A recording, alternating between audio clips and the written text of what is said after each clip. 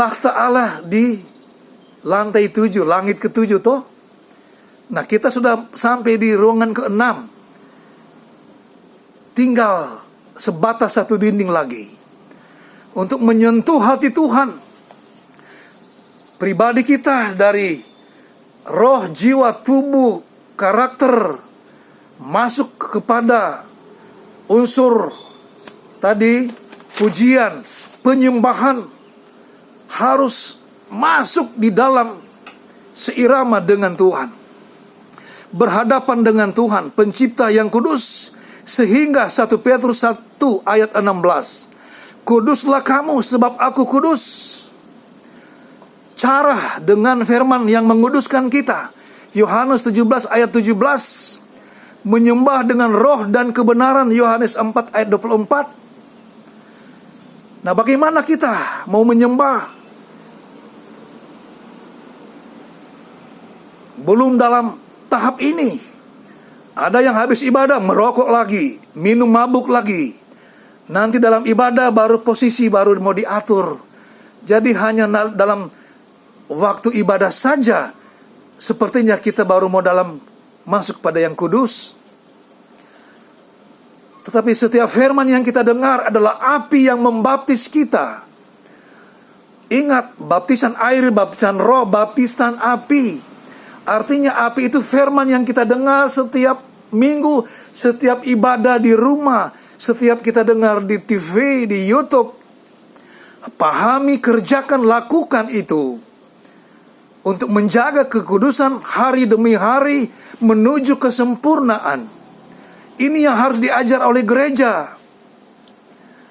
Dan kalau ada jemaat yang lebih mahir dari pimpinannya, ajarlah pimpinanmu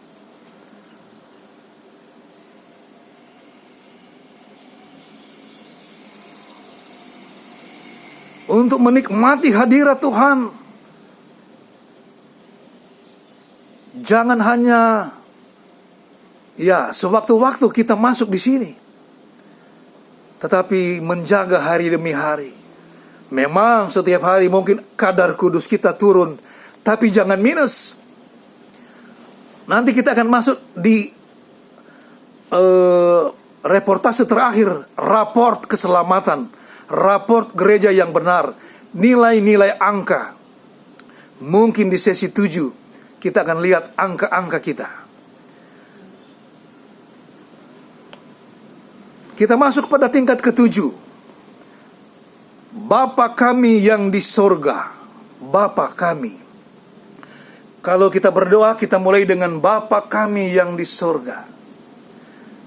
Saudara-saudara, ini agak tegas. Dalam rumah kita, yang berhak menyebut Bapa adalah anak. Tetangga, ponakan tidak ada hak menyebut Bapa. Hanya anak yang sah yang dapat menyebut Allah itu Bapa, yaitu anak yang lahir dari benih Allah Bapa. 1 Petrus 1 ayat 23. Yang lahir diperanakan dari firman. Ingat, diperanakan dari firman. Bagaimana caranya? Ada. Anak yang diperanakan dari air dan roh. Yohanes 3 ayat 5. Caranya dibaptis, dimandikan, dimasukkan dalam air. Kalau hanya dilahirkan dari firman, orang masih bingung. Artinya, lakukan itu melalui peranakan lewat air. Kalau lewat tanah mati benar. Tapi kalau dengan air, lambang kematian Yesus, kita pun dimatikan lewat air, tapi bangkit lagi. Dan ingat, ini untuk orang dewasa. Teladannya, ikut Yesus. Saya tidak akan lihat bahasa aslinya, sebab semua punya bahasa asli. Tetapi yang saya singgung di sini, teladan Yesus. Yesus keluar dari dalam air. Ada filmnya, ada fotonya. Dan ini yang perlu diajarkan oleh gereja.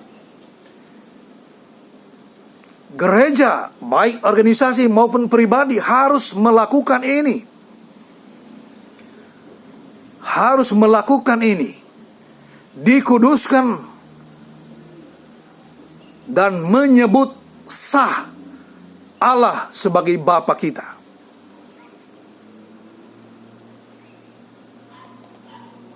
Nah, bagi yang masih menyebut, yang sudah menyebut, introspeksi, apakah sudah berhak melakukan, apakah sudah sah? Biarlah kerohanian kita bertumbuh terus.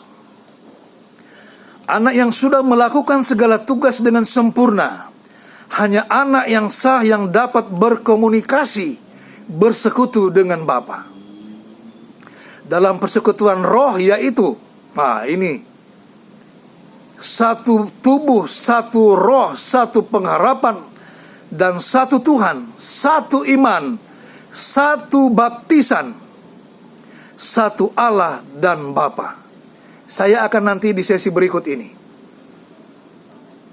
Saudara-saudara, saya kunci dengan Yohanes 17 ayat 17 sampai 23. Tapi hanya ringkas saja.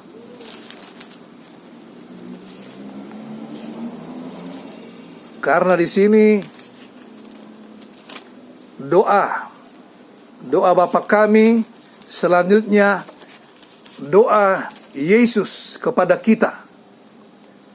Kuduskanlah mereka dalam kebenaran, karena firman-Mu adalah kebenaran. Sama seperti Engkau telah mengutus aku ke dalam dunia, demikian pula aku akan mengutus mereka ke dalam dunia. Dan aku menguduskan diriku bagi mereka, supaya mereka pun dikuduskan dalam kebenaran.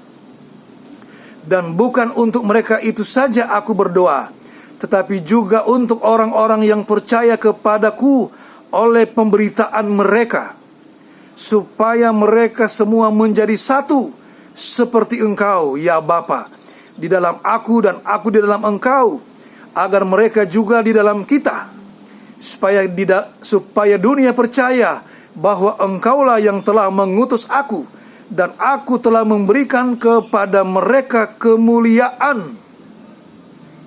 Kemuliaan tadi, unsur kemuliaan, kemuliaan Bapa, kemuliaan Yesus sama dengan kita, pelayan, pimpinan gereja, jemaat,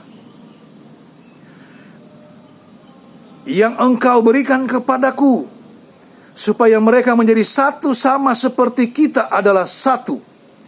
Aku di dalam mereka dan Engkau di dalam aku, supaya mereka sempurna menjadi satu,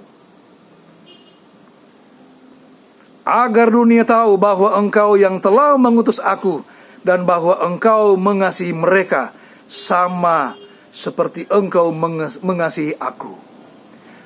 Ini baru tema gereja yang benar. Setelah 7 session, saya akan masuk kepada gereja yang sempurna, seperti doa Yesus. Saudara, jika sesi ini terputus, saudara yang mengikuti ini, lihat di bagian pertama. Untuk kelancaran sesi saya selanjutnya, ini sesi ketiga. Silakan di like, subscribe, dan komen, bahkan bertanya, supaya kita saling membangun iman. Tuhan Yesus memberkati. Shalom. Haleluya.